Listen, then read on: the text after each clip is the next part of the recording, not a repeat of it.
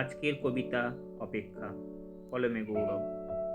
আর কত কত দিনের অপেক্ষা, সবাই যেন অপেক্ষা করে আছে। এই বুঝি হয়, এই বুঝি হবে, এই বুঝি আসে, এই আশাতেই দিন পেরোয়, তবু প্রত্যাশার অবসান হয় না কারো। যারা 11-12 পরীক্ষা দিয়েছে, ডাক পেয়েছে, ইন্টারভিউ দিয়েছে, তাদের অপেক্ষা রেজাল্টের, নিয়োগের, একটা স্থায়ী জীবনের। হাওয়ায় ভাসে, আজ নয় কাল, কিন্তু দিন গড়ায়, মাস গড়ায়, নিয়োগ আর হয় না।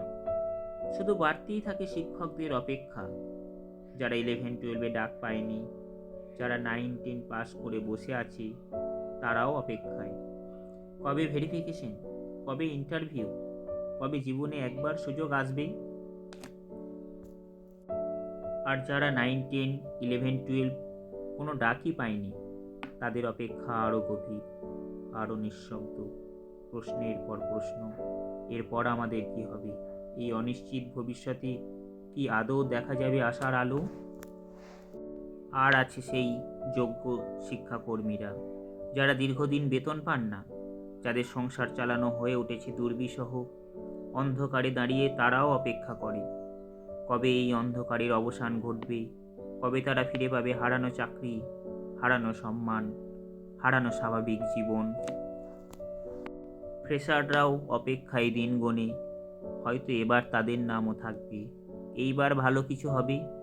সবাই অপেক্ষা করে, সব কেস কবে শেষ হবে, একদিন সব জট খুলে যোগ্য শিক্ষকরা নিজ নিজ পদে বসবে। একটা স্থায়ী চাকরি, একটা নিশ্চিন্ত জীবনের অপেক্ষা। এই অপেক্ষা শুধু শিক্ষকের নয়, উকিল অপেক্ষা করেন নতুন মামলার, বিচারপতি অপেক্ষা করেন রায়ের, সরকার অপেক্ষা করে পরিস্থিতির, বিরোধীরা অপেক্ষা করে সুযোগের।